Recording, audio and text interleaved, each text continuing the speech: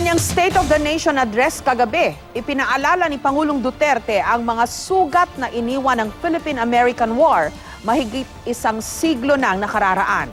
Ito ay ang kagustuhan niyang mabawi mula sa mga Amerikano ang Balanggiga Bells na kinuha nila noong digmaan.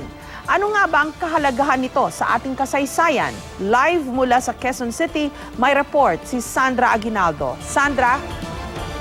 Jessica, bukod nga kay Pangulong Duterte, ay nagkaroon na rin ng effort ang ilan sa ating mga leader na mabawi itong Balanhiga Bells mula sa Amerika papunta dito sa Pilipinas. Pero ayon na rin nga sa isang istorya na ating nakausap, hindi po madali ang prosesong ito. Madilim na bahagi ng kasaysayan ng relasyon ng Pilipinas at Amerika ang binalikan ni Pangulong Duterte sa kanyang SONA kahapon, ang pagbawi sa Amerika ng tinaguriang Balanhiga Bells. That is why I say today, give us back those Balangiga bells. They are ours. They belong to the Philippines. They are part of our national heritage. Isauli naman ninyo. Masakit yon sa amin. Noong isang taon, napuntahan ko ang simbahan ng Balanhiga sa Eastern Samar. Bakante ang kampanaryo. Hinihintay ang pagbabalik ng mga kampana. Dito sa simbahan ng Balanhiga, nagtipon-tipon yung mga residente rito na mga kalalakihan. Pagkatapos sa takdang oras, pagtunog ng kampana, tumawid sila at sumalakay dun sa lugar na yon na kinaroroonan naman ng mga Amerikano. Nung panahon ng Philippine-American War, inatake ng mga Pilipino ang isang US garrison. 48 Amerikano ang namatay at 21 ang nasugatan. May mga nakabihis babae, nagtago sa simbahan, tapos nung pinatunog yung mga kampana, naglabasan ngayon. Yung mga Amerikano na kumakain lang, kakagising pa lang, iba siguro tulog pa, nagulat sila. Pero isang buwan makalipas, rumesbak ang mga Amerikano. Sinunog ang mga bahay at pinatay ang mga lalaking 10 taong gulang pataas na may kakayanang magdala ng baril sa tinaguriang Balanhiga Massacre. Tinangay din ng mga Amerikano ang Balanhiga Bells bilang war trophy. 2 sa mga kampana ang nasa Warren Air Force Base sa Wyoming ngayon at isa nasa 9th Infantry Regiment na nasa South Korea. Pero ayon sa isang historian, ang pagbawi ng mga kampana hindi madaling usapin. May efforts na nun si President Fidel V. Ramos at according to one historian, si Vic Torres, kausap na niya si Bill Clinton. Si Bill Clinton ay pumayag na. So, presidente na ng Estados Unidos pumapayag.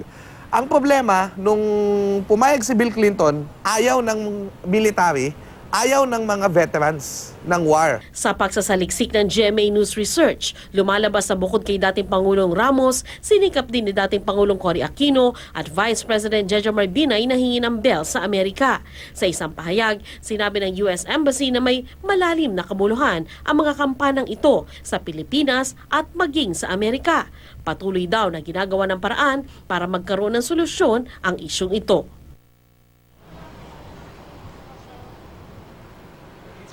Jessica, in the past din nagkaroon na rin ng panukalang batas sa US Congress para nga maibalik na sa Pilipinas itong 3 kampana pero hindi rin ito nagtagumpay. At bukod dyan, nagkaroon na rin daw ng panukala in the past na kung 3 naman yung bell, baka pwede ibalik sa Pilipinas yung 1 o 2.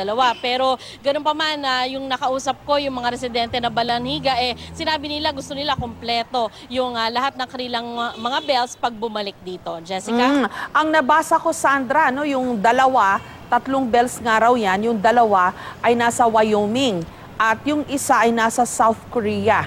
At I also remember na the last time na tinalakay ito ng gobyerno, so many years ago, alam ko matindi ang refusal ng mga veterano ng mga Amerikano doon na ibalik yan sa atin kasi it also means something to them, war booty yan, parang kasama sa napanalunan nila nung tinalo nila yung mga tiga-Samar nung rumesbak sila matapos silang talunin nung mga taga-Samar naman.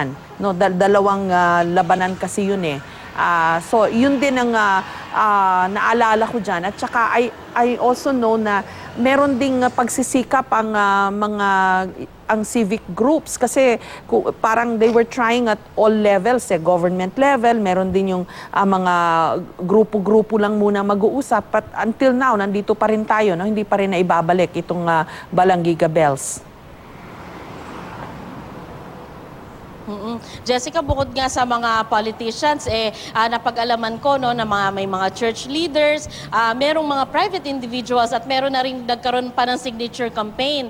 At yun nga, isang indikasyon, Jessica, na parang pakiramdam din ng mga tao, no, residente sa Balanhiga ay baka may chance talaga maibalik ito. Dahil daw nung nasira yung simbahan nila, nung bagyong Yolanda, ay tumulong ang US samahan ng mga bishop, no, sa Amerika. At pakiramdam nila, ito ay dahil na rin doon sa association ng Balanhiga, Simbahan ng Balanhiga, doon naman sa nangyaring Philippine-American War. Ganun pa man, Jessica, isa sa mga nagiging hindrance nga daw ay yung mga veteranong Amerikano dahil para sa kanila, ang simbolo naman nito ay dugo at pawis ng mga Amerikanong veterano na nakipaglaban noong Philippine-American War at wag daw isama sa foreign policy nila yung usapin na ito dahil ito'y hiwalay na usapin. Yun yung pananaw ng mga veteranong Amerikano, Jessica. At saka sa pagkakatanda ko sa mga naikwento at mga nabasa ko tungkol dyan, yung mga bell daw na yun kasi yung naging